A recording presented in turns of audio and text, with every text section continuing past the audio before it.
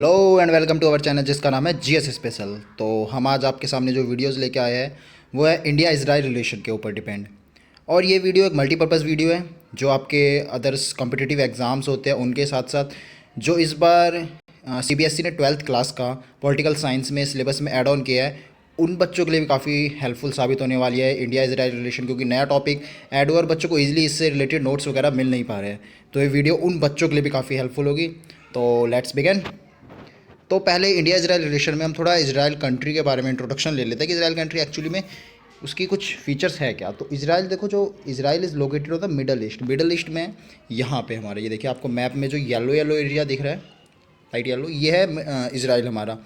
और इसको middle east भी कहा जाता है और वेस्ट एशिया के नाम से भी प्रसिद्ध है, ठीक है, क्योंकि पूरे ऑल ओवर वर्ल्ड देखें तो एक वर्ल्ड का एकदम मिडल ईस्ट टाइप का ईस्ट साइड का पोर्शन पड़ जाता है। और वेस्ट एशिया इसको इसलिए कहा जाता है कि जो हमारा एशिया कॉन्टिनेंट है उसके वेस्ट साइड में कंट्री हमारी पड़ती है, ठीक है। तो इसके साथ में जो दूसरी कंट्रीज है आपको ये वाली दिखेगी, पैलेस्तीन एरिया, ठीक है।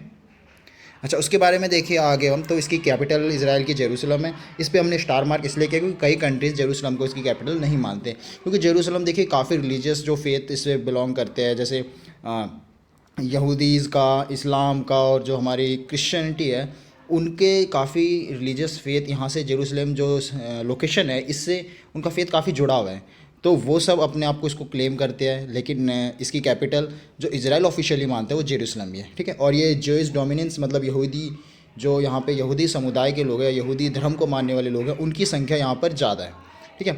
और इसराइल के जो इकोनॉमिकल और टेक्नोलॉजिकल सेंटर है वो तल अवी में है। कहाँ पर है? तल अवी। तल अवी इसकी देखिए इस लोकेशन में पड़ती है, तल अवी, यहाँ पे तल अवी पड़ता है। फिलहाल में इसके प्राइम मिनिस्टर है बेंजामिन नेतन्याहू, काफ़ी न्यूज़ में भी रहते हैं ये। उसके बाद एक और इसराइल से रिलेटेड जो क्वेश्चन काफ़ी न्यूज़ में आता है, अक्सर एग्जाम में पूछ भी लिया जाता है, वो है टू स्टेट सॉल्यूशन किस कंट्री से बिलोंग करता है। तो देखिए टू स्टेट सॉल्यूशन है ना वो इसराइल और पैलेस्तीन से बिलोंग करता है, ठीक है।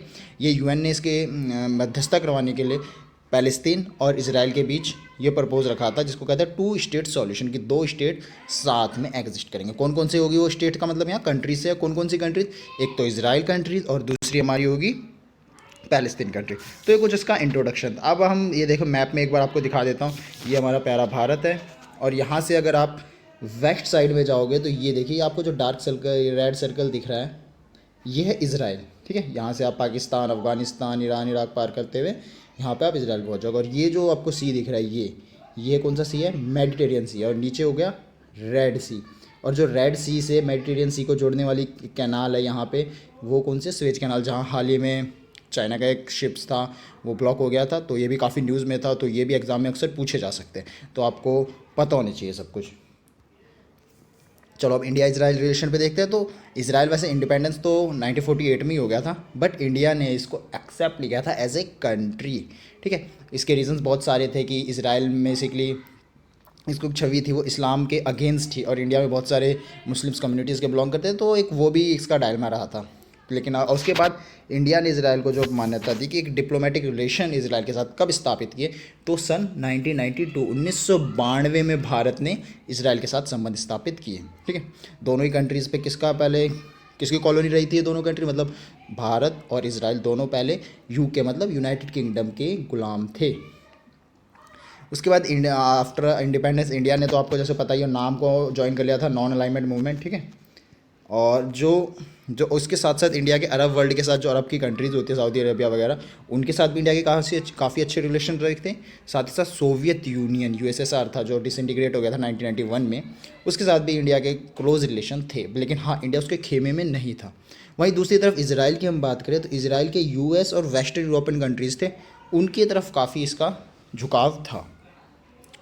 उसके बाद इंडिया और इसराइल के रिलेशन में हम देखें तो इसराइल ने काफ़ी हेल्प की इंडिया की, ठीक है। जैसे कारगिल वॉर हुआ था जो पाकिस्तान के साथ हमारा 1990s में, तो उसमें इसराइल ने हमें काफ़ी वेपन्स वगैरह सप्लाई किए थे, जिसमें इंडिया जीतने में काफ़ी मददगार साबित हुई है। सारे वेपन्स हमारे जो इसराइल से हमने प्राप्त किए थे। इसके अतिरिक्त हम बात करें कि इसराइल ने जब 2001 में भारत में अर्थक्वेक आया था गुजरात में, आप सबको पता ही होगा, तो ह्यूमैनिटेरियन रिलीफ, ठीक है, ह्यूमैनिटेरियन रिलीफ मतलब सहायता भेजी थी इन्होंने काफ़ी डॉक्टर्स वगैरह की, और भी जो मेडिकल इक्विपमेंट्स वगैरह होते हैं, तो ये सारे इन्होंने काफ़ी हेल्प की थी इंडिया की इसराइल ने 2001 के अर्थक्वेक में। After that trade and cooperation between the countries now centre पर सिक्योरिटी रिलेटेड हम इनसे काफ़ी सारी चीज़ें लेते हैं, ठीक है। बहुत सारी जैसे बराक 8 मिसाइल है वो हमने इनसे सक्सेसफुली लिया, जो कि इंडिया और इसराइल के द्वारा, तो किसके द्वारा डेवलप है, इसराइल एरोस्पेस इंडस्ट्री के द्वारा, ठीक है, और जॉइंटली डेवलप्ड बाय इंडिया। तो इंडियन गवर्नमेंट और इसराइल एरोस्पेस इंडस्ट्री जो कि इसराइल की है, इन दोनों ने मिलकर बनाया बराक 8 को। तो क्वेश्चन आ सकता है बराक 8 एयर मिसाइल, ठीक है, जो नेवल डिफेंस में भी हेल्प करती है। उसके अतिरिक्त यहाँ पे एग्रीकल्चर की फील्ड में इसराइल हमारी काफ़ी हेल्प करता है, ठीक है। और डीसैलिनाइजेशन सेंटर्स भी इन्होंने स्टैब्लिश किया, जहाँ पे हम क्या करते हैं, जो सॉल्टी पानी होता है समुद्र का, उसको पीने योग्य पानी में परिवर्तित करता है। तो इस टेक्नोलॉजी को लेने में भी इसराइल हमारी बहुत हेल्प कर रहा है।